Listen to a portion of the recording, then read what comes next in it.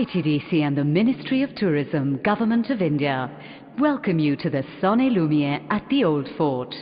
Ishq-e Dilli is the story of the historic events of Delhi to this day. Please switch off your mobile phones. Commercial photography is prohibited here. Ladies and gentlemen, for your pleasure, may we present Ishq-e Dilli. A mote of dust is tiny, but it tells the direction of mighty winds. It is my destiny and my nature to flow with the eternal winds of time. I have seen its myriad faces in the journey of my life. Cities born of my womb lie buried in my heart. The hearty city of Delhi, an endless tale of uprooting and resurrection with its phoenix-like character. One came to plunder, another to settle down, but each one found an abode here. Delhi embraced them with open arms. History is a witness to these glorious love affairs, and the proof lies in the 10 cities whose stories were erased, and yet the saga continues. This is the essence of this love, the very fragrance of the universe. Present in the 7th city of time, the story I regale is the story of grace and music, politics and love, of kingdoms and saints. Lovers of different hues appeared. The beloved remained Delhi.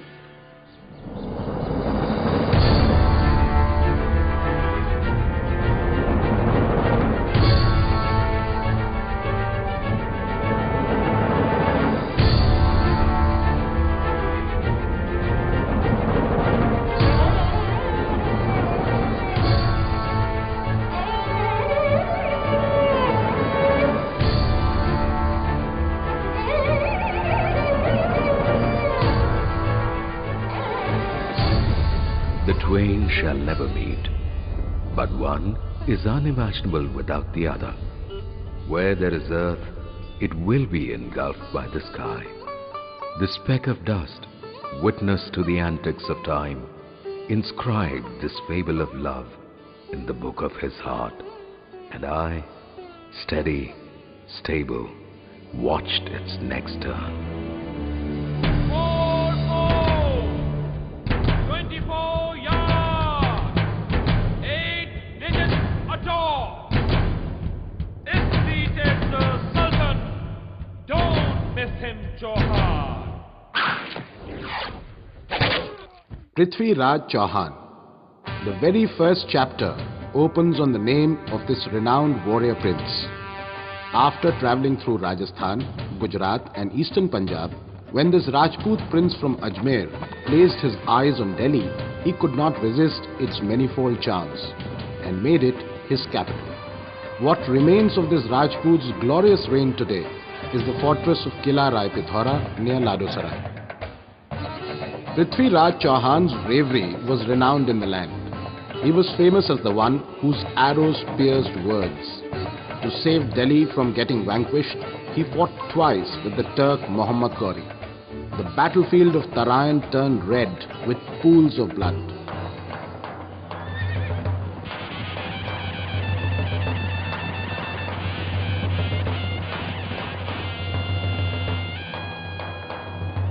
Chand Bardai, in his Prithvi Raj Raso, has sung of Chauhan's bravery in 1300 ballads.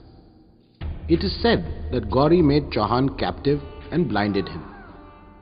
Chauhan, not to be outdone, used his word-piercing arrow to take Ghori's life. It is the fervour and imagination of Chand Bardai that weaves this tale, for I do know that Prithvi Raj fell in the bloody battle of Tarayan. The year was 1191 AD. Although Muhammad Ghori was able to conquer Delhi, he could not remain here. War in Iran was constantly under attack, and he had to hand over the reins of Delhi to his slave Qutbuddin Aibak and return to his own land. In a bizarre turn of events, Ghori died untimely, and his slave Qutbuddin Aibak happened to be the first Sultan of Delhi.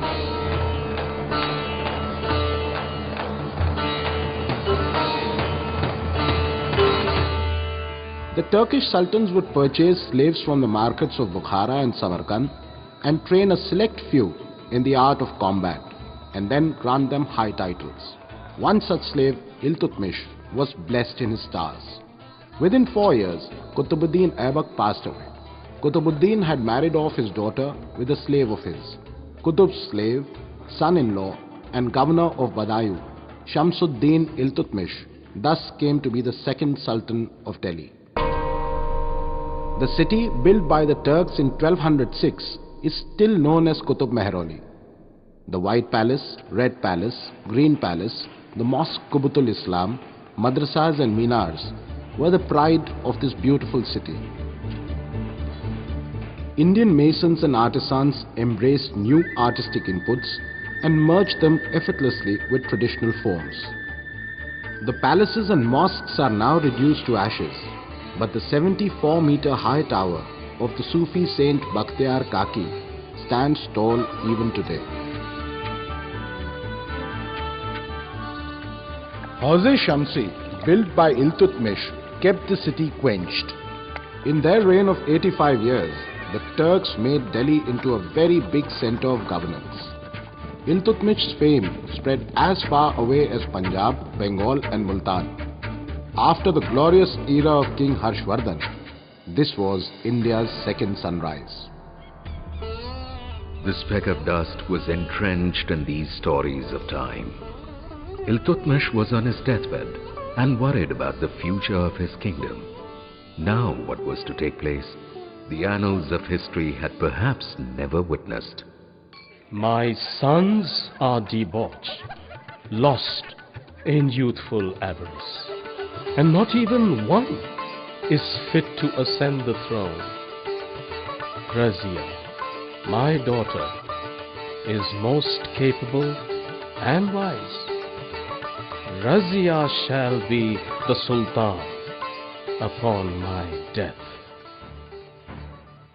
Indeed, Razia Sultan ignored the parda, learned the strategy of governance and sat on the throne of Delhi for 3 years.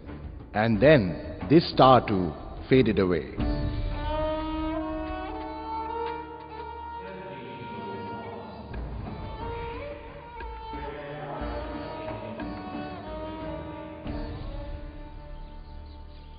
The Hauz-e Shamsi of Iltutmish kept Qutb Mehroli well watered. But getting the hot stones of Aravali to produce water was a futile task. The increasing population in the 13th century then settled on the western banks of Yamuna and thus came about Kaikobad's Kilokri. Today's Jangpura extension is the Kilokri of erstwhile times. The ravages of time have of course left no trace of its existence. My memoirs were so inscribed by Ziauddin Barni on the pages of Tarikh-e-Feroz Shahi.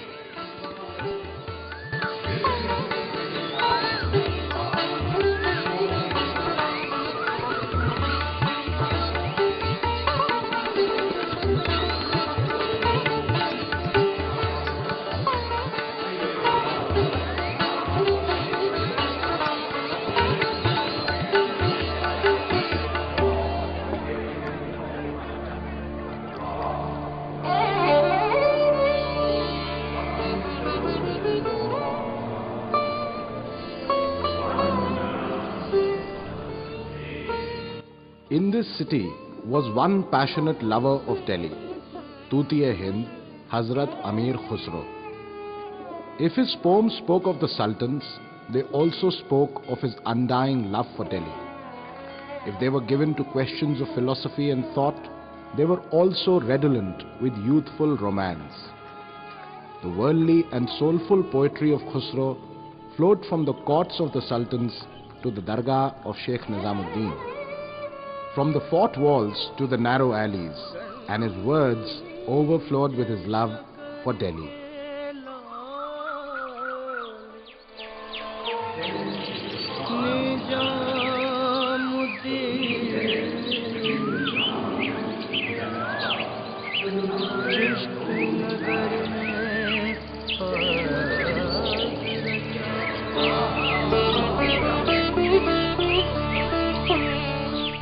Khusro spoke of his love in 5 languages: Persian, Khadi Boli, Braj, Avdhi and Punjabi Multani. A court poet with 5 sultans, the poetry of Khusro was born of the land which is a melting pot of 2 major cultures. It owes its existence neither to Hindui nor Persian, Braj or Avdhi, but is resonant of his own unique style. Born in Etah in the Doab, Khusro arrived in Delhi at the tender age of 8 years and now lies buried in her arms. However, he shall live in my heart till the end of time. I sometimes hear the winds hum the song of his love.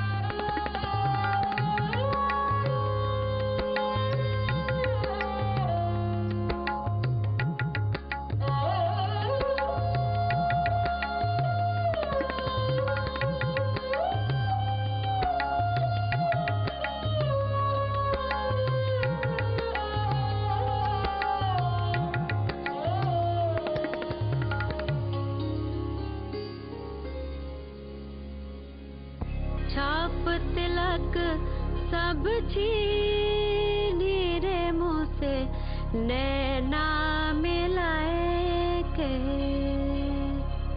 छाप तिलक सब छीनी रे मुँह से नैना मिलाए के। प्रेम बटिका मधुआ पिलाए के। प्रेम बटिका मधुआ पिलाए के। मतवारी कर दे रे मुँह से नैना मिलाए के। छाप तिलक सब छीनी रे मुँह से नैना नैना नैना नैना नैना मिलाए के।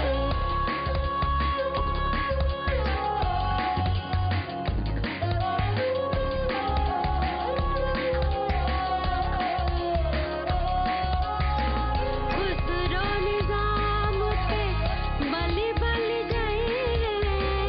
खुसरो निजाम पे बलि बलि गए रे। मोहे सुहागन की रे मुँह से नैना मिलाए के।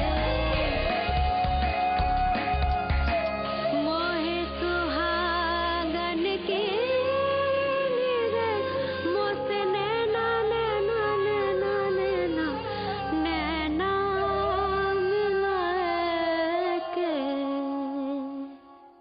Neither letter nor remain the dark time. How vain lie nameless without thee. Time is fond of the twists of the game of chess, or perhaps it is the cyclic nature of the universe. What is born shall die, and what is dead shall be reborn. The time had signalled an end for the glory of Kaikobad's court. The Khalji chieftains conspired, and one day Kaikobad was found dead on the banks of the river Yamuna.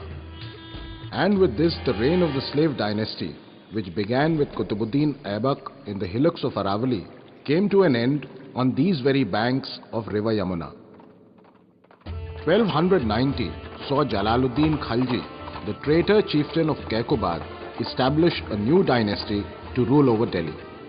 As the days went by, the city flourished, the palace became more ostentatious, markets were established, the city was walled and named Shahre-Nau, or a new city.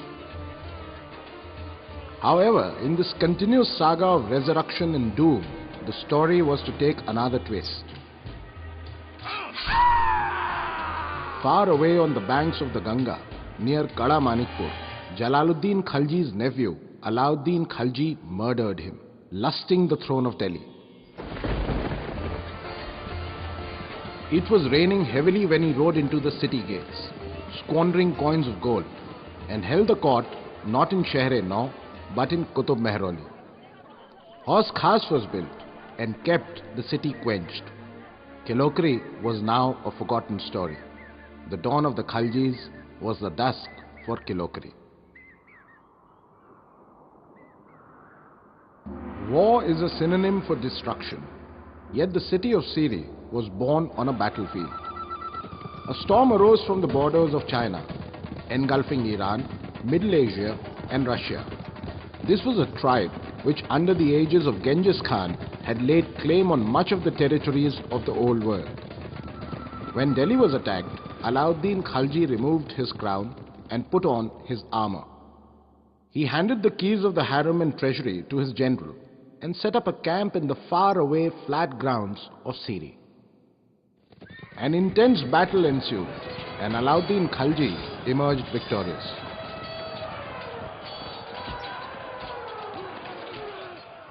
On these victory grounds was built a great two-story palace called Kasr-e-Hazar Sutun, which stood on 1,000 pillars.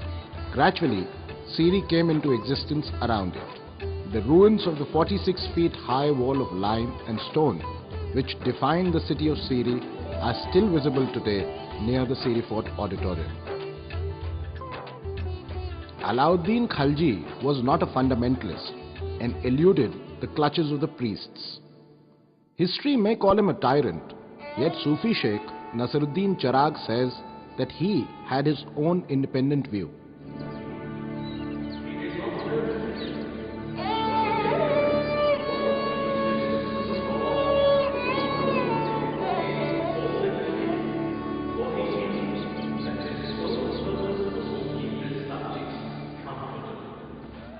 He reduced the salary of his forces when he went for battle against the Mongols. At the same time, he also reduced the prices of commodities. The markets of Delhi were flooded with goods for his subjects. After his death, the people of Delhi blessed him in their prayers and tied pious threads to his grave. This is now turned into a conviction that has been fostered by time and exists till date. It is a sign of Delhi's love that turned a tyrant into a saint in his death.